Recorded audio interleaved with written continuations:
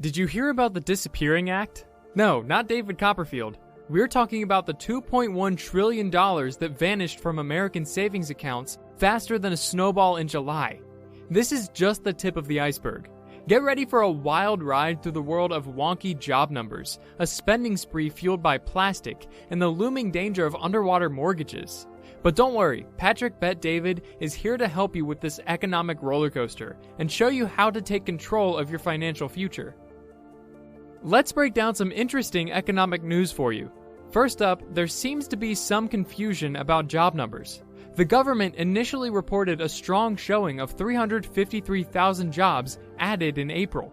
But then, like a late-night news flash, a different report emerged suggesting the real figure was much lower. This slow and indirect correction by the government raises eyebrows. You know, the whole wait till we unveil the real numbers here kind of vibe. Now, let's shift gears and talk about savings. Remember during the pandemic there were all these reports about Americans saving a record-breaking $2.1 trillion? It seemed like a positive trend, people paying off debt and credit card balances dwindling. After all, let's be honest, most people aren't exactly financial wizards. They're great at spending, but saving? That's a whole other story. And guess what? You won't believe what the data reveals about what actually happened with that mountain of savings. That pile of money has vanished faster than a snowball in July, as $2.1 trillion of that savings has disappeared since August 2021. That's like draining a giant piggy bank at a rate of $70 billion a month. So where'd all the money go? Did people finally pay off their debt? Well, not exactly. Credit card debt has actually skyrocketed, jumping from a cool $330 billion to $1.1 trillion. It seems that instead of saving, people went on a spending spree. Savings rates have plummeted from a decent 3.2% to a measly 1.2%. This trend spells trouble. When people run out of savings, what happens next? You guessed it, a fire sale. When people see their bank accounts shrinking, they're more likely to unload stuff at fire sale prices. Not a pretty picture. Here's where things get interesting. Patrick, our resident financial guru, has some insightful thoughts on this whole savings saga. He points out that as the pandemic eased, people felt a surge of optimism. Go spend money, travel, eat out, they were told. Jobs came back, but many weren't exactly new. People were just returning to old positions. The spending spree began, and that pay off debt feeling, out the window. People forgot how good it felt to have some financial security. In the start of our video, we talked about the American consumer saving the economy in 2023. There's some truth to that. People spent freely, boosting the GDP. They bought plane tickets, Disneyland passes, and all sorts of things. Consumer spending went wild, but guess what? They were fueling it with savings and racking up credit card debt. Now, the American consumer is tapped out. Not completely broke, but definitely feeling the pinch. So how will they spend their way through the summer and keep the economy afloat? The answer? They probably can't. Defense spending might pick up the slack, but consumers are reaching their limits. Now, Patrick argues that instead of being a consumer, we should strive to be savers or even investors.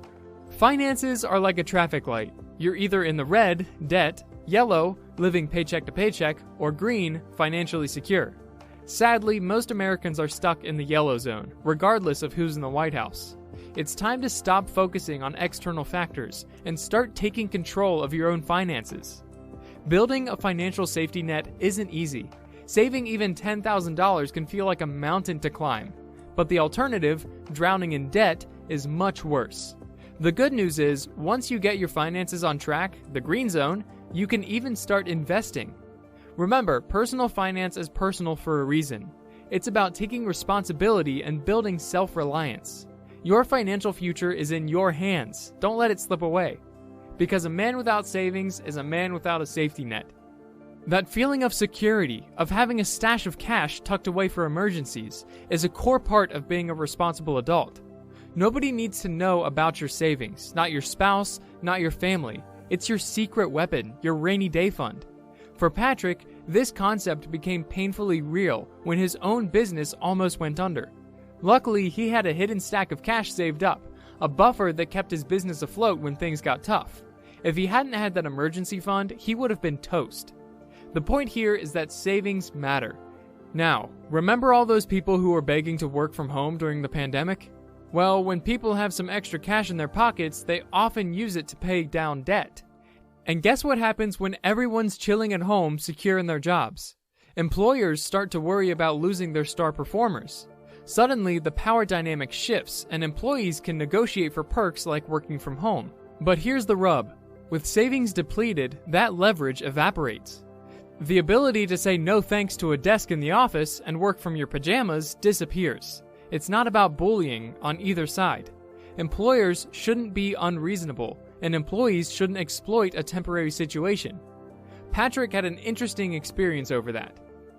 Actually, during the pandemic, I witnessed a situation where the employee was the one wielding the upper hand in a not-so-ethical way. We hired a great guy and gave him a fair salary. 2 months later, he waltzed in demanding a raise, threatening to leave if we didn't bump him up. We needed him, so we caved. This became a pattern. Every 2 months, a new demand. Eventually, his requests became ridiculous. He ended up leaving for another company, only to find out the grass isn't greener. The lesson here, you can't fake your value. Eventually, your skills and performance will catch up with your inflated salary expectations. This trend of dwindling savings has another concerning consequence: desperate decisions. One area of particular concern is a type of debt that Wall Street can't even track: phantom debt. This phantom debt comes from those popular buy now, pay later (BNLP) platforms like Afterpay and Klarna. The problem is, these purchases don't get reported to traditional credit bureaus, giving a false impression of a person's financial health. People might think they're financially secure, but the reality is a hidden mountain of BNPL debt. A recent survey revealed some scary trends. Nearly half of BNPL users are behind on their payments, and many are neglecting other bills because of this new spending habit. This lack of transparency is outrageous. BNPL companies claim they don't want to hurt people's credit scores by reporting the debt. But here's the thing. Your credit score is like a financial thermometer. It tells you how healthy you are. If someone is already maxed out on credit cards and BNPL companies are willing to lend them even more money, shouldn't that raise a red flag? A bad credit score is a warning sign, not something to hide. The survey also showed that many BNPL users freely admit to poor financial habits, spending more than they can afford, struggling to stick to budgets, and being surprised by how much they owe. It's clear that financial education is lacking, and many people are sleepwalking into a debt trap. This is a huge issue that needs to be addressed. Patrick emphasized the responsibility lies with the consumer. No one forced you to use BNPL. It's a choice, just like choosing a car you can't afford or racking up credit card debt. The easy way out can lead to tough times down the road. This lack of financial literacy is even more concerning when you consider a new term gaining traction: money dysmorphia. This refers to a distorted perception of your financial health. Imagine looking in the mirror and seeing a billionaire staring back, even though your bank account is empty. A big 41% of millennials and a growing number of Gen Z are believed to suffer from this social media-fueled fantasy. Here's the harsh reality. 2/3 of Americans live paycheck to paycheck. Half can't scrape together $400 for an emergency. A quarter has no savings at all. Only half invest. These statistics paint a bleak picture. Are you destined to be another statistic, or will you take control of your financial future? Patrick pointed out, it's a choice. You can be part of the rich get richer crew or the poor get poorer one. I made my choice when I was broke. Get your mind right, then your money right. So where will this all lead? The dwindling savings, the rampant BNPL use, the distorted financial perceptions, it all spells trouble. Patrick foreshadowed a coming storm. This isn't just about a fire sale. It's about increased poverty, dependence on government assistance, and a domino effect on the entire economy. Housing prices will plummet. It's a bubble waiting to burst. And burst it did. The next piece of data confirms Patrick's fears. The percentage of U.S. mortgages considered seriously underwater, meaning the homeowner owes significantly more than their house is worth, has risen. Nationally, it wasn't a huge jump, from 2.6% to 2.7%, but in some states the increase was dramatic. Kentucky saw a staggering rise from 2% to a whopping 8.3%. What caused this? Remember the crazy housing market boom after the pandemic? Prices skyrocketed in some areas, particularly Sunbelt states like Texas and Florida. But in other markets, especially rural and moderate income areas, things were more measured. People were able to snag homes with decent interest rates, around 6% to 7%. The problem is that those markets haven't seen the same level of price appreciation. Now, with interest rates climbing, those homeowners with underwater mortgages are stuck.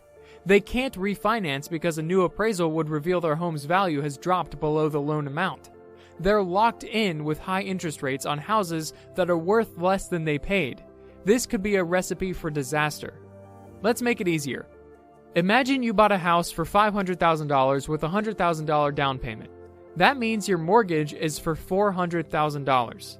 But if the house value dips to $399,000, suddenly you're underwater. Your $100,000 down payment? Gone. That's a scary situation to be in. This problem stems from a common misconception. Buying a house isn't a guaranteed path to riches. It's not like flipping a switch and becoming a millionaire overnight. As Patrick pointed out, there's a famous saying for a reason. If it were easy, everyone would do it. Here's another sobering fact. Foreclosures always happen because people can't afford their mortgages. If you can't swing the rent, you get evicted. If you can't handle the mortgage payments, the bank takes back the house. So how do people end up underwater? Sometimes they simply buy more houses than they can afford. They get caught up in the desire for a bigger house, a better neighborhood, and forget the long-term costs of ownership, property taxes, insurance, homeowner association fees. The American dream of homeownership can quickly turn into a nightmare.